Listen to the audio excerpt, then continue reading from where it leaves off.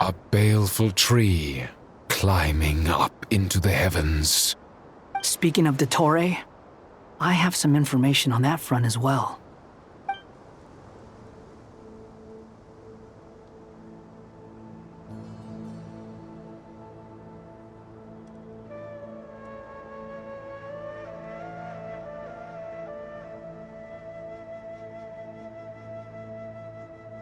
I didn't think it was wise to state this out in the open. But my theory is, the mole wasn't cut off after he was caught. They wrote him off from the beginning. You mean, the Fatui never intended to follow through with him? Then why plant a mole at all? It's hardly a conventional strategy, and the rationale behind it is pretty twisted. But as it happens, I know someone who works exactly this way. And when it comes down to it, his goals are very simple. He just wants to confuse people, so they can't figure out what he's up to. He's been a collaborator of Dottore's from the outset. That fact alone confirms that Dottore is involved with this somehow.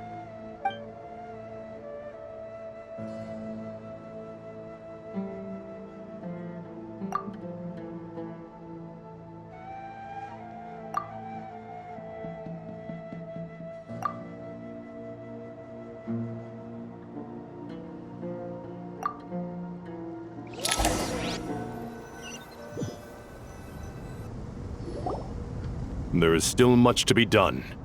Everyone, please remember our core strategy. As per the discussions, the following groups must act immediately. Mr. Al-Haytham and Mr. Kave, the next phase of the Aru renovation project must begin right away. Godspeed to you both. We'll give it everything we've got. The plan looks feasible, but the implementation will require certain resources. General Mahamatra Sino and his team will help to procure the materials required for modifying the terminal. No problem. I've already spoken with Sethos and Hat Guy, and they've agreed to assist me. This kind of thing is best left to the fleet-footed, right? Hat Guy? If it's efficiency you're after, we're the right people for the job. Following up on the elemental energy amplifier we discussed, Ms. Dory, I assume you're the one most familiar with the status of this project. Aside from the Dendro Archon, of course. Yep, that's right. Leave it to Lord Sangamabe. Got it. Well, I'd like Madame Farazan, Kale, and Nicole to support Dory on the technical side. You can count on us. Will do. Rest assured, I'll take good care of Kale. Dia, Candace, and Nefer, you'll be in charge of negotiating between the various parties. I trust you remember our goal. You bet. We can handle it. Good. I believe that covers everything. Tainari will provide ad hoc support as needed, if that's okay. Poor Tainari. Must be tough being Nephis' student. Getting bossed around all day, every day. Hey, don't try and drive a wedge between us, you old rascal. All it says to me is that Master Nephis has faith in everyone's abilities. While I'm nominally here as backup, I doubt there will be many situations where my help is needed. Exactly. Finally, Traveler, you and I will head to the border between Sumeru and Natlan. Once that task is complete, I'll be asking some of you to accompany me to the Eternal Oasis. The Eternal Oasis?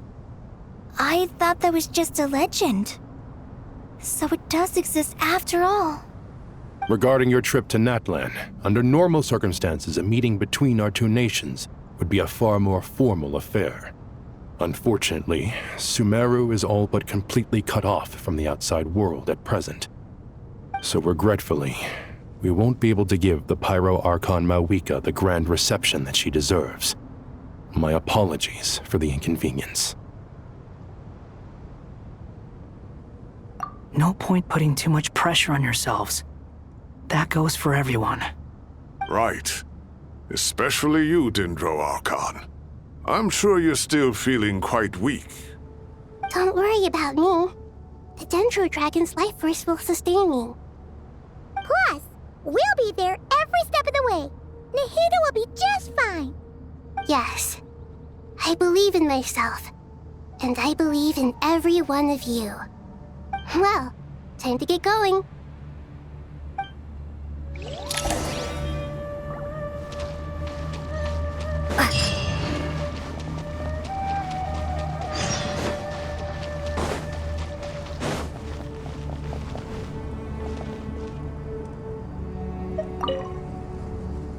To what extent we can implement the final plan depends on how successfully the Akasha can be modified and configured.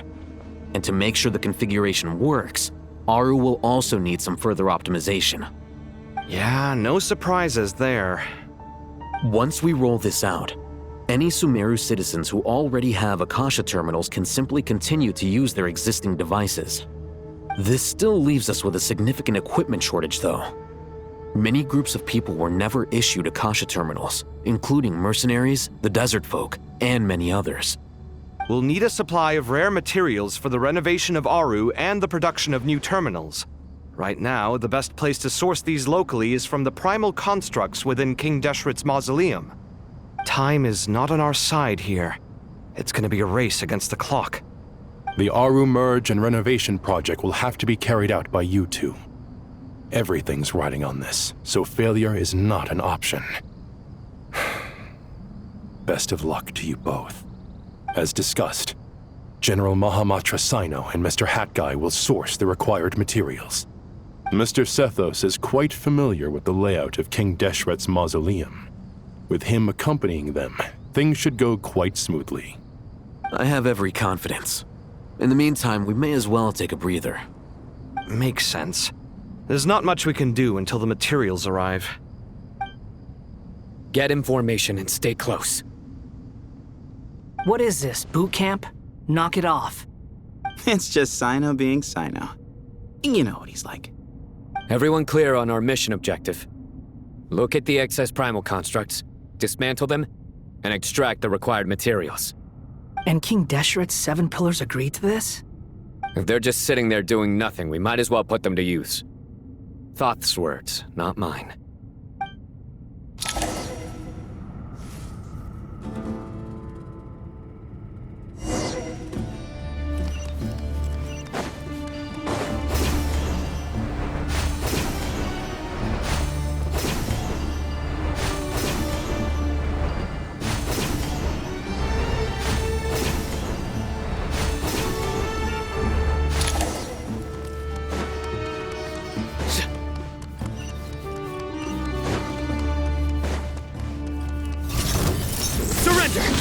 Judgment is upon you.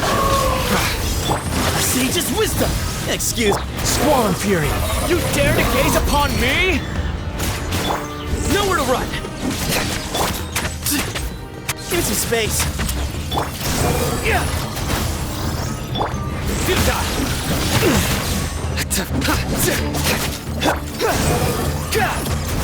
Quit following me. Where you heading?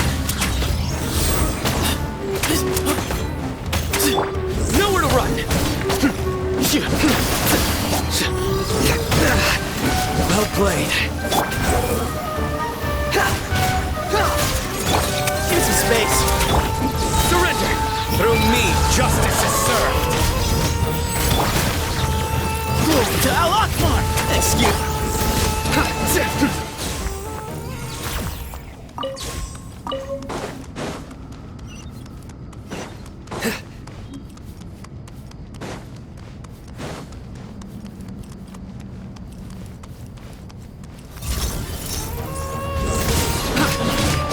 Where you heading?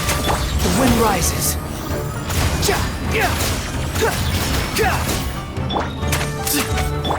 Nowhere to run! Squall and fury.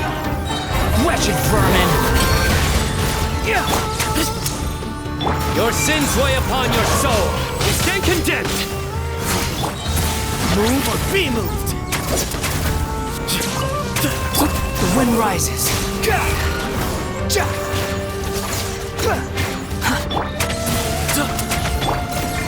Surrender!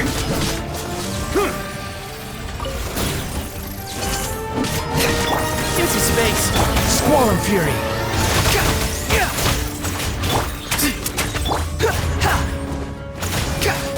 rises. Way ahead of you! Move to Al-Akmar! Whoa, whoa, whoa! Behold! Know your place! Futile! Judgment is upon you! Guilty!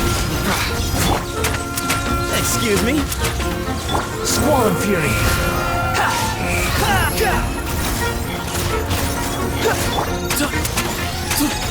Into space!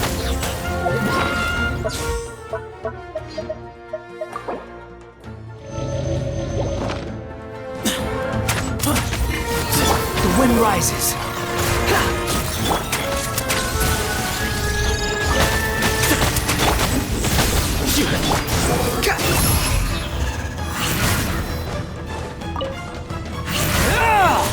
These devices should still be usable even though they're broken down. Let's take them back for the others to review.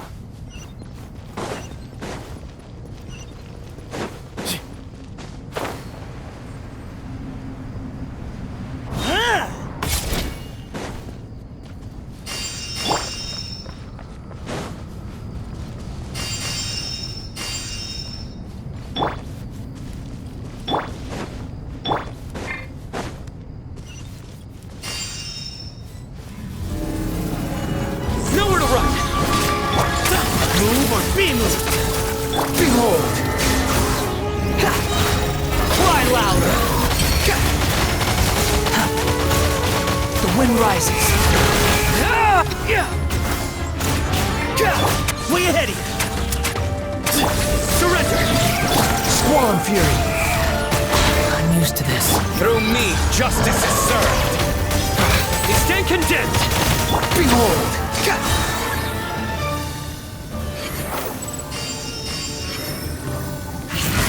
Give me some space. The wind rises. Wretched vermin!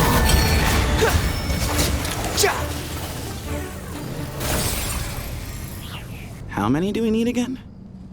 Enough to make an Akasha terminal for everyone who doesn't own one. I remember you telling me how revolutionary these Akasha terminals were. You've used one before, right? The Academia declared the Akasha to be the most powerful and comprehensive wisdom dissemination system in history. That should give you an idea of how powerful it is. Certainly sounds impressive. Neither Hat Guy nor I have ever had an Akasha terminal. Well, if it all goes to plan, that's about to change.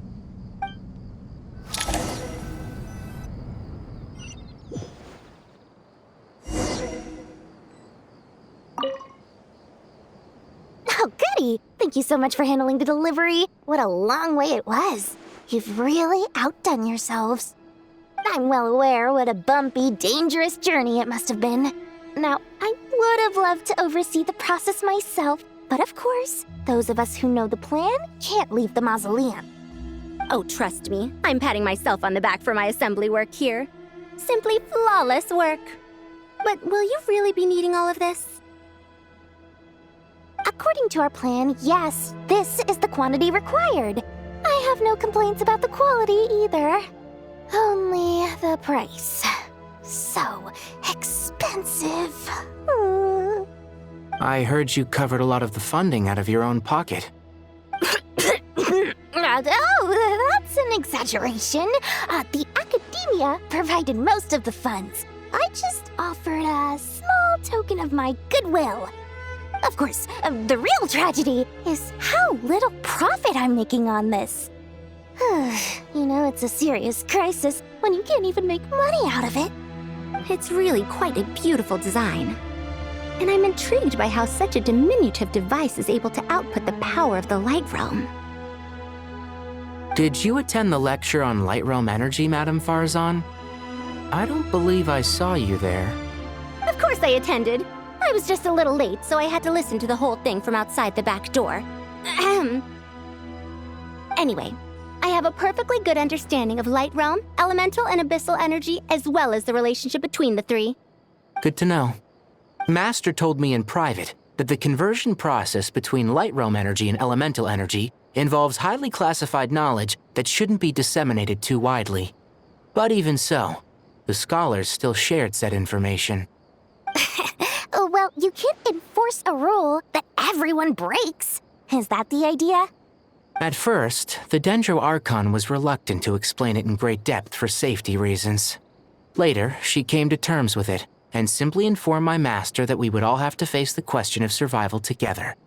To protect someone from such dangers means keeping them in the dark, but for someone to know and embody the wisdom within, they must understand its very essence.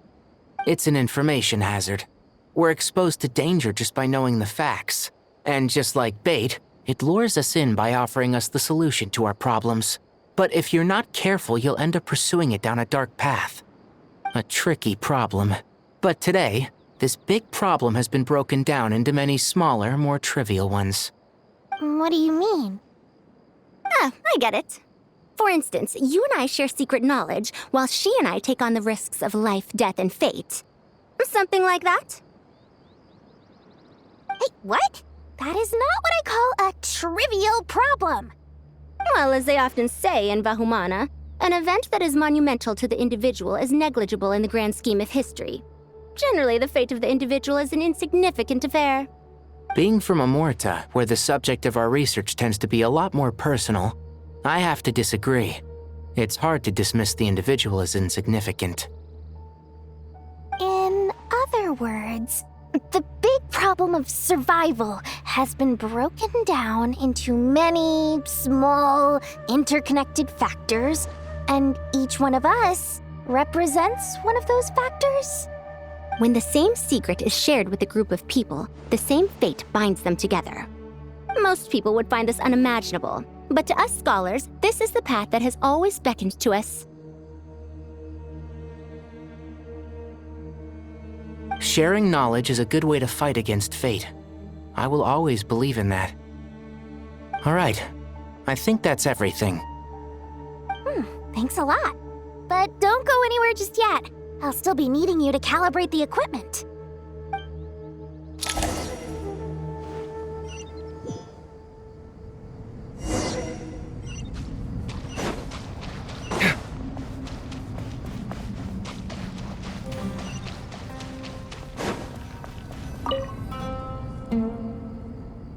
Okay, the materials are ready. We can proceed with the next phase. Alhaitham, how are you getting along? Most of the information in Aru is written in ancient desert scripts. Some of this is written in a tribal language, while other parts seem to be a variant of an Oasis script, based on the glyph forms. Oh. Not lost to history, I hope. Some are. All we can do is infer the meaning based on the rules of related languages. Although, this section actually fills in some of the missing historical record. I'm transcribing it so we can bring it back to the academia. After Aru started up, 2 more lines of text appeared here. Can you read them? Humans may not read what is written by the gods, except by not reading. Victory should not be easy to attain, for it symbolizes divine wisdom. Knowledge must not waver, for it has external borders. Is this a clue to solving a puzzle? Or is it being symbolic? You can't read it unless you don't read it. Victory is wisdom. Knowledge is confined by borders. Wait, I think I've got it. It's a metaphor, isn't it? It's talking about... a chessboard.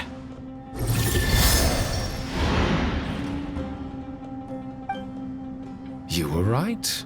The youth of today are skilled at solving riddles.